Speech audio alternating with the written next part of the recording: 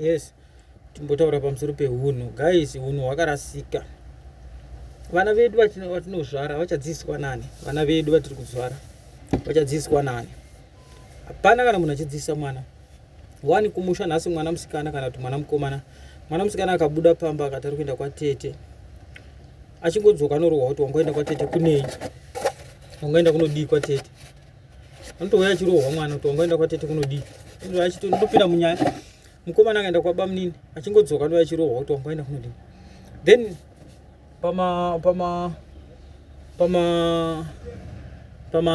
ngati social media, platform social media mese panongotaurwa zvinonyadzisira.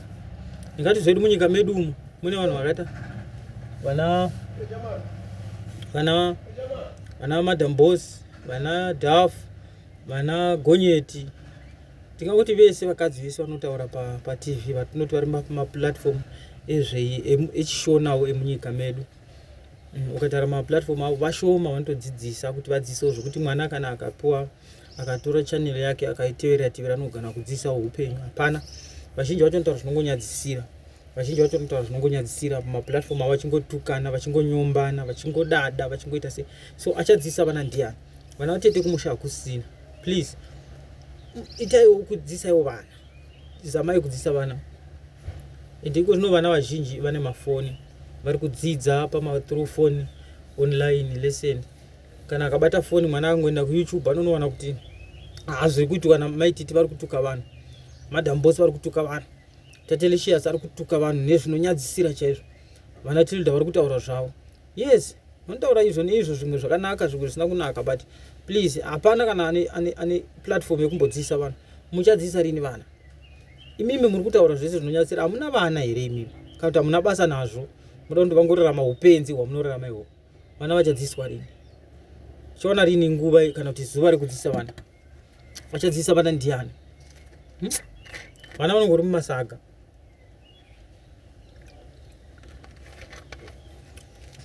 Try by all means muwane platform yekudzidzisa vana, especially mivakadzi munongotukana.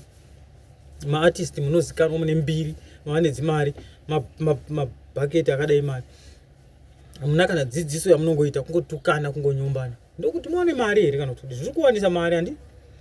Saka ndichatotanga kutuka vanhu manje kubva nhasi. Because vana zvekutuka zvinowanisa mari, zvekutaura zvakanaka andamboona, ndokunga zvekudzidzisana zvowanisi mari. Hazvina kana mari. Platform yekudzidzisa vana haina kana mari, ndakonewa. Handichatodi. Ndotoita platform yekutotuka munhu, ndikangotuka munhu usati izvozvo ndikangotaura kuti ndichingotaura kuti Pastor Chiwenga vaita sei. Ndichinoda ndiona maviews million nhasi. Asi ndikadzidzisa vanhu hapana munhu anovhura channel yangu. Ndikangotaura kuti Mnangagwa aita sei nhasi panovhura vanhu vakawandisa. Ndikangoti Chamisa aita sei panovhura vanhu vakawandisa. Asi ndikangodzidzisa so hapana zvinovhura. Saka ndosaka vanhu vachingodaro. Nokuti imimi vanhu vacho vanodzidziswa futi hamudi kudzidzisika.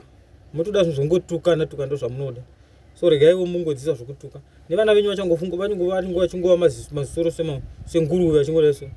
Pasina kana anodzidzisika. Itai vanhu vanodzidzisika. Chatokudzidzisa, chatozama hangu kudzidzisa ini. Chatozama by all means kuti muite kunge mangodzidzisika, uchiro ndikakudzidzisaiwo zvimwe zvinhu zvishoma. Zvamunenge mangotendawo ndizvozvo ndokudzidzisai. Uyai kuro mudzidzi. But itai vanhu vanodzidzisika. Dzidzisikai.